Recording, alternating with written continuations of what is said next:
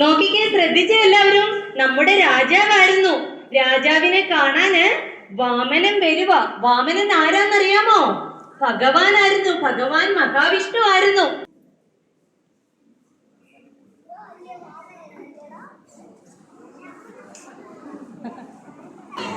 കുഞ്ഞുങ്ങളെ നോക്കിക്കേ, നമ്മുടെ വാമനന് മഹാബലിയോട് ഒരു കാര്യം ചോദിക്കാൻ വന്നിരിക്കുവാ കേട്ടോ. 3 അടി മണ്ണ് വേണമെന്നാ പറയുന്നേ.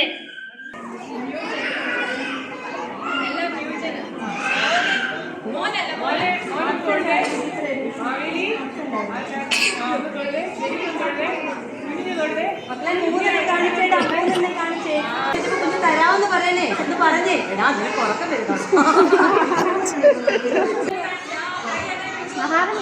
3 അടി മണ്ണ് ചോദിച്ച് രാജാവ് കൊടുക്കാമെന്ന് പറഞ്ഞ്, തരാമെന്ന് പറഞ്ഞ് തരാം.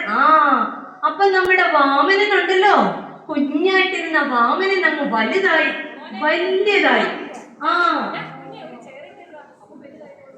നോക്കിക്കേ, ആദ്യം കാല് വെച്ചപ്പോ ഉണ്ടല്ലോ നമ്മുടെ ഭൂമി മൊത്തം തീർന്നു.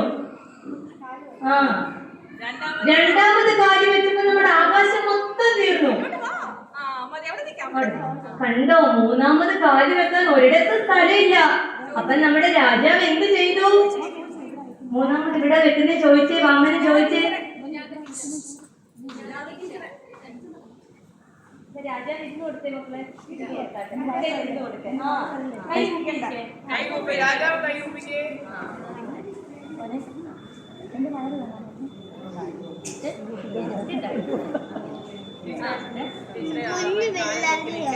പറ്റത്തില്ല കേട്ടോ.